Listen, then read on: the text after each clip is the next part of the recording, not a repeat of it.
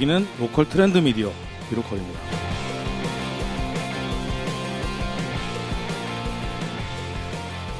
안녕하세요. 비로컬 편집장 윤준식입니다. 안녕하세요. 발행인 김혁주입니다. 네, 오늘 아주 특별한 날이죠. 네, 맞아요. 오늘 엄청 더워요. 아니요, 애청자가 게스트가 돼서 오셔서 그게 특별하다는 건데. 전 더위가. 예, 그 호우가 내리다 갑자기 탁 그치고 무더위와 어마어마한 습도가 거의 사우나처럼 찾아온 이날, 저희의 마음을 시원하게 만들어주실 애청자이시면서 저희 8월 특집의 가장 키 컨텐츠를 제공해 주실 분을 모셨습니다.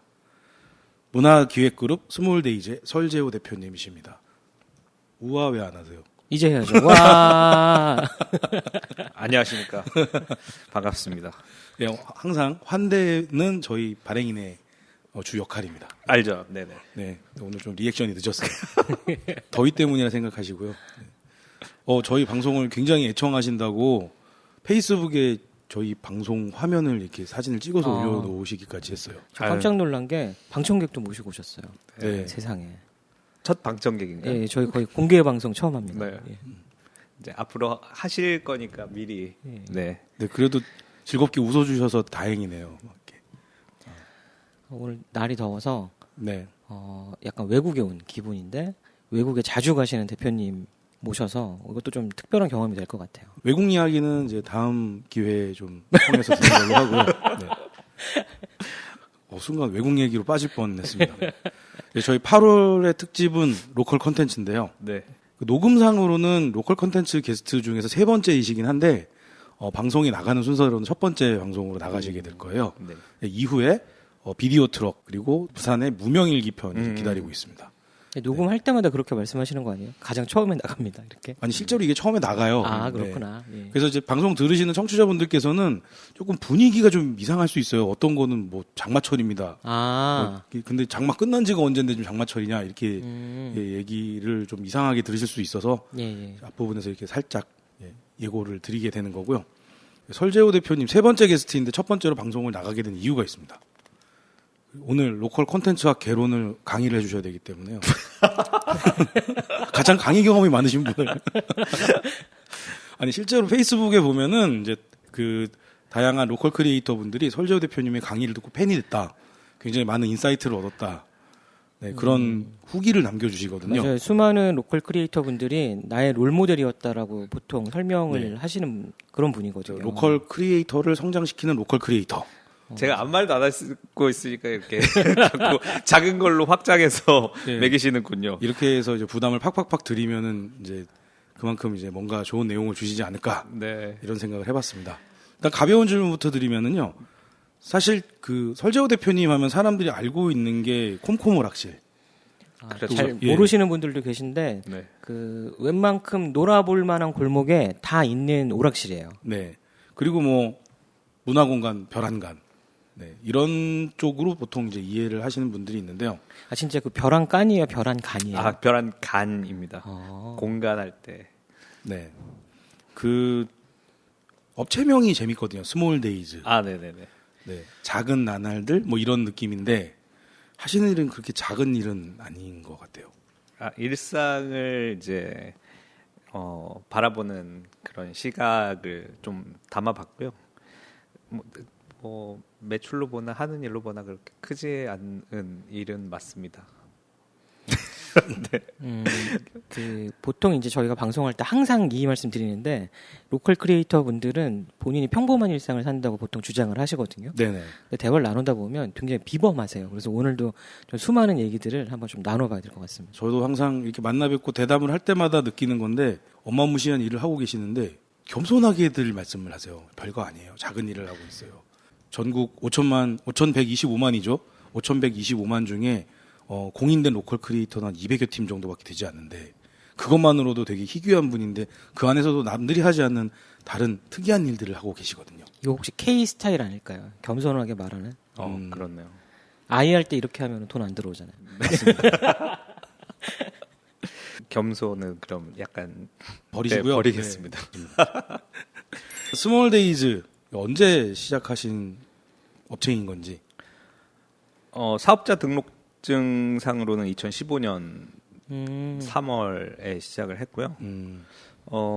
이제 스몰데이즈가 오기까지 뭐 여러 가지 과정이 있었는데 지금은 이제 그거를 하나의 활동들을 사업적으로 묶은 뭐 사업자명이라고 볼 수 있겠죠. 네.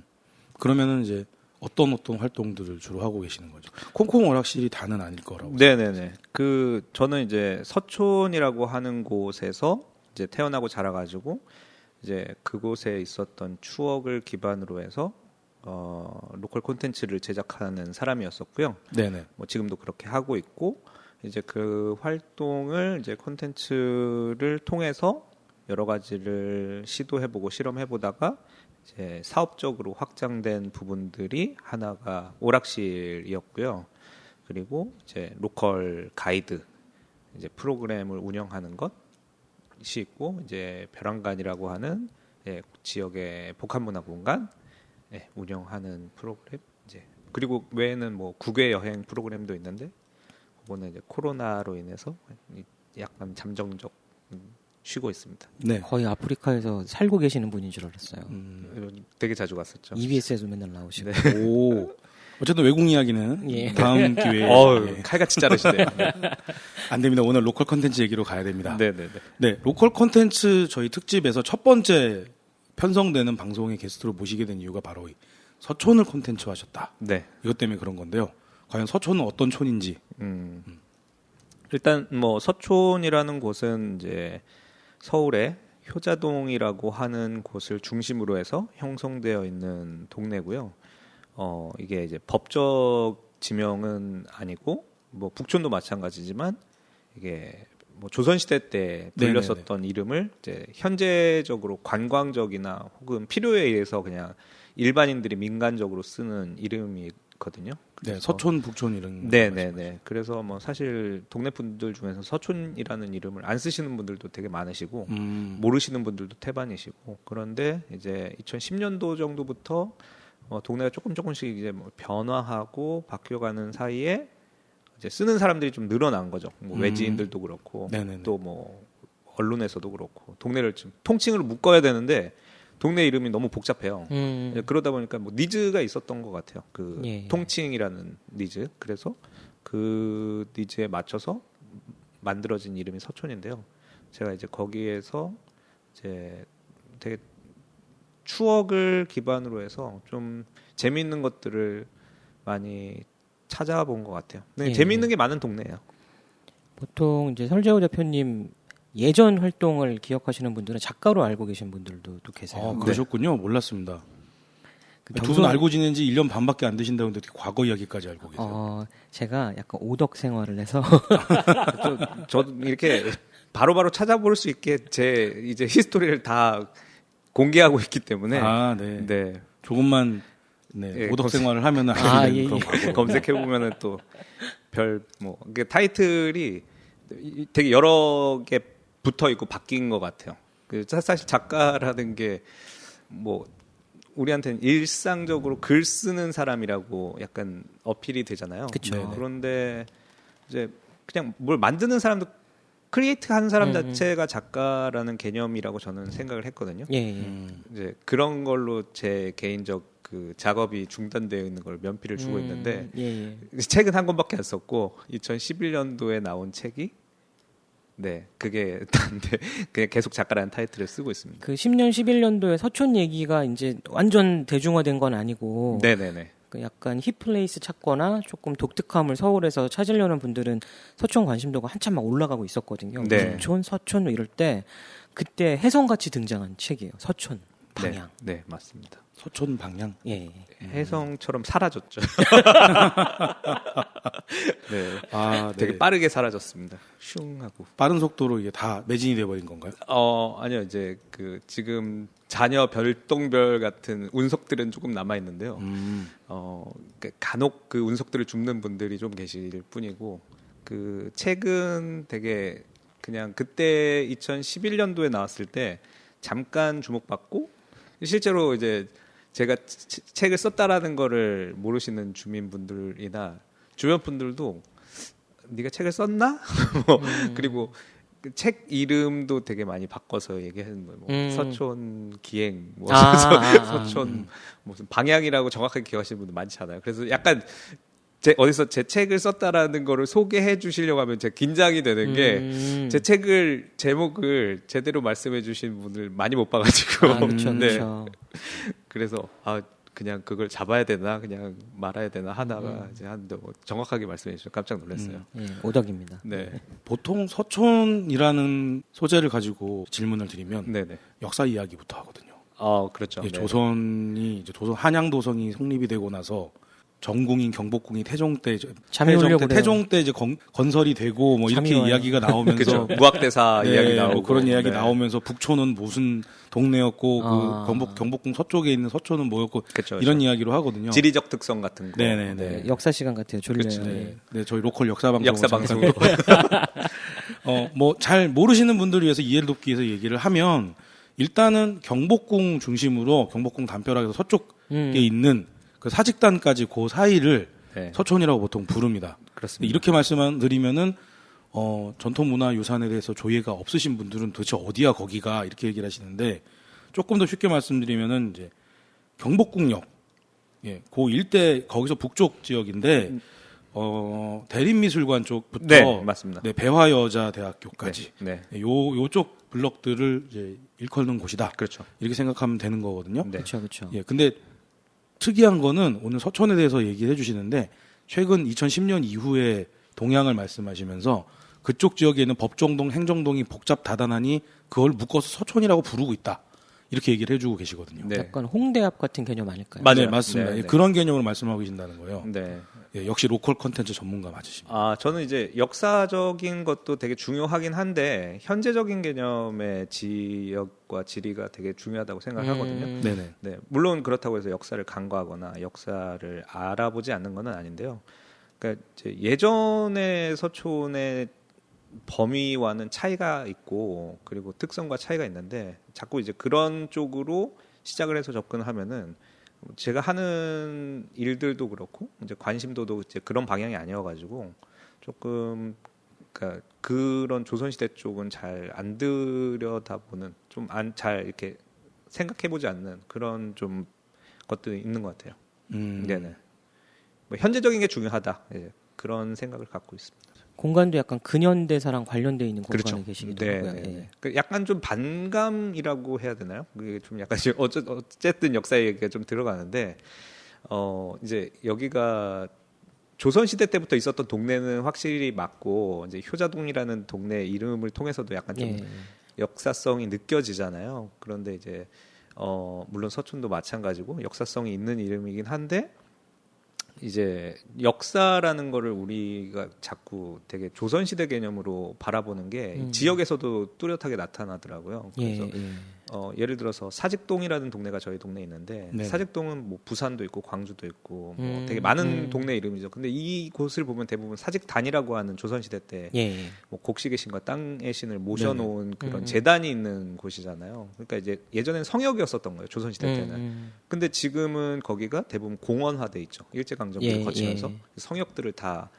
이제 공원으로 바꾼 거고 그래서 뭐 부산에도 사직구장이 있고 그런 것들이 있는데 이제 그런 것들이 현대적으로 주민들에게 쓰인 가치나 시간들이 있는데 이게 자꾸 관광적인 접근으로서 그걸 다시 성역으로 돌리려고 하는 움직임이 굉장히 많아요. 예를 들어서 사직동에 있는 사직공원이 있는 곳을 그러니까 주민들이 굉장히 많이 이용을 하는 곳인데 그 주민들이 이용했었던 곳을 이제 관할지자체에서는 다시 사직단으로 이제 토목공사를 통해 가지고 지금은 이제 고치고 있는데 이제 그런 것들을 보니까 되게 약간 좀 그 지역을 역사적으로 바라보는 것에 대한 반감이 거기에서부터 좀 생기지 않았나.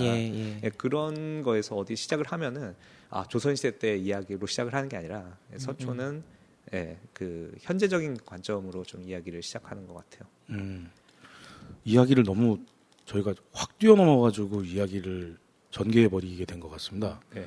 보통 요즘 그 라이프 스타일 얘기하면서 도보 관광 뭐 이런 거 얘기를 하면서 이제 이 서촌이라는 곳이 북쪽으로는 효자동 지나서 부암동 쪽 올라가면서 이런 길들 얘기 나오고 뭐 청와대 인근 얘기 나오고 뭐 영화 효자동 이발사 이런 거 이야기 나오면서 뭐 근대사 이야기 나오고 막 뭐 이렇게 될 줄 알았는데 그런 걸 모두 다 생략을 하고 오늘의 서촌 이렇게 말씀을 해버리시니까 처음에 이제 뭐 약간 맛보기처럼 이제 앞에 거 이제 뒤에 거 살짝 보여주고 이제 중간 하는 걸로.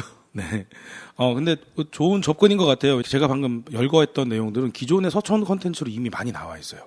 조금만 손가락품을 팔면은 인터넷에서 블로그나 포스트나 뭐 이런 유튜브 이런 걸 통해서 볼 수 있는 내용들이 있거든요. 근데 정작 서촌에 살고 있는 사람들과 서촌의 현재는 어떻게 돌아가고 있는가 뭐 이런 이야기는 가장 현실적으로 저희들이 받아들여야 되면서도 그렇게 못하고 있는 현실이라 일단 그런 환상을 먼저 한번 깨주신 게 아닐까 이런 생각이 좀 드네요. 저한테 서촌은 약간 서울인데 교통수단으로 접근하기 어려운 곳 그런 느낌도 있어요. 맞죠. 네네. 대중교통이 아주 발달한 곳이라고 보기는 힘들죠. 좀 이제 더 위로 올라갈수록 뭐 서촌으로부터 시작해서 부암동, 뭐 평창동, 구기동까지 이 위쪽은 뭐 도로 폭도 되게 좁고 뭐 그리고 뭐 이 주차장 같은 것도 별로 없고 대중교통이 뭐 지하철역도 뭐 경복궁역 하나밖에 없고 하다 보니까 이제 뭐 주민들이 이제 이 외부에서 사람들이 들어오시기에 편한 그 위치적 조건은 아니죠. 네. 그리고 오르막길도 많아요. 오르막길도 많고요. 호불호가 좀 갈리긴 하지만 콘텐츠에 대한 어떤 주목도가 있는 분들은 또 그 안에서 나름의 탐험하는 재미를 즐기시더라고요. 네네네네. 골목이라는 부분이 이제 그런 부분이 어떻게 보면 단점으로 될 수 있는 부분이 이제는 장점이 되지 않았나라는 생각이 좀 드는 편입니다. 네. 그런데 서촌 방향이라는 책을 쓰시면서 서촌에 대한 뭐 한 번의 정리를 하신 셈인데 서촌에 관심을 가지게 된 이유가 있으신가요? 저는 어릴 때부터 동네를 재밌게 생각을 했었어요. 근데 좀 반골 기질이 어렸을 때부터 되게 강해가지고 저는 오소독스는 아닌 편이거든요. 네, 저는 뭐 전형적인 왼손잡이고 그리고 그러니까 선생님이나 부모님이 시킨 거는 절대 안 하고, 그러니까 수능도 안 보고. 그 이제 제도에 들어가는 것들이나 사람들이 다 좋다고 하는 거에 대해서 왜 저게 좋지라는 항상 그런 의문을 갖고 있는 사람이었었고 대중이 되는 거에 대해서 좀 약간 불편해하거나 좀 의문을 항상 갖고 있었던 사람인데 이제 동네에서 노는데 아이들이 이제 제 친구들이 이제 점점 자라고 뭐 이렇게 좀 머리 커지고 이런 과정 속에서 어디 놀면 다 밖으로 나가서 노는 거예요. 뭐 강남역 압구정 그때가 이제 최정점을 찍던 한 밀레니엄 보시기 전후로 이제 제가 이제 제일 놀 때였는데 싹쓸이 감성. 그렇죠. 이제 어디 가면 맨날 압구정 가자, 강남역 가자, 뭐 어디 가자, 뭐 문정동 가자. 오랜만에 들어보네요. 네. 로데오를 가야죠. 로데오. 그래서 이제 로데오가 있는 곳들을 막 다니고. 친구들 그러는데 저는 이동 반경이 넓어지는 것보다 그냥 그 안에서 이렇게 오밀조밀하게 노는 게 더 재밌었는데 친구들 다 밖으로 나가더라고요. 그래서 왜 우리 동네를 이 친구들은 이렇게 놀 곳으로 생각을 못 하는지 그리고 이제 데이트를 하더라도 이제 나중에 조금 더 커서 데이트를 하는데도 데이트 항상 뭐 어디 뭐 명동 뭐 이런 곳을 가니까 우리 동네 가서 놀자. 그러면 이제 동네에서 노는 사람이 어딨냐고. 그렇죠. 생각 못 해봤죠. 뭐 동네 뭐가 있냐고. 골목길에서 데이트를 한다라는 감성 그때는 없었죠.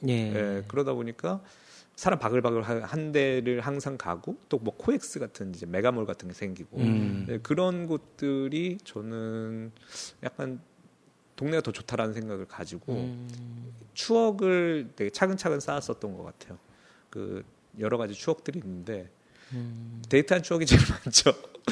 근데 데이트를 하는 거를 지금 컨텐츠화 시킨 것들이 되게 많아서 당시에 만났었던 친구들한테 되게 고맙게 생각하고 있어요. 그러니까 그 투어 코스를 개발하신 거네요. 네네네네. 그러니까 그걸 연구했었던 게 확실히 있었던 것 같아요. 그 어디를 가서 어떻게 놀자, 그 로컬 플레이스들을 찾는 그리고 그 플레이스들이 지금까지 핫 플레이스들이 아니었기 때문에 그러니까 스토리를 발굴을 했었어야 됐었거든요. 뭐 주인들의 이야기라든지 뭐 여기에 뭐 맛있는 컨텐츠라든지 뭐 하다못해 인테리어의 특이함이라든지 이런 것들을 알아야 제가 이 친구들한테 여기 뭐가 제일 재밌다 좋다 이런 것들을 좀 얘기해 줄 수가 있어서 데이트를 많이 한 게 동네에서 데이트를 많이 한 게 되게 큰 자산이 됐죠. 저 이거 되게 느낌이 신기한 게 뭐냐면 지금까지 대부분은 자기가 크리에이터라서 또는 뭐 창의성 때문에 이런 말씀 들으셨는데 약간 사랑꾼이 만든 로컬 콘텐츠 막 이런 느낌인 거예요, 갑자기.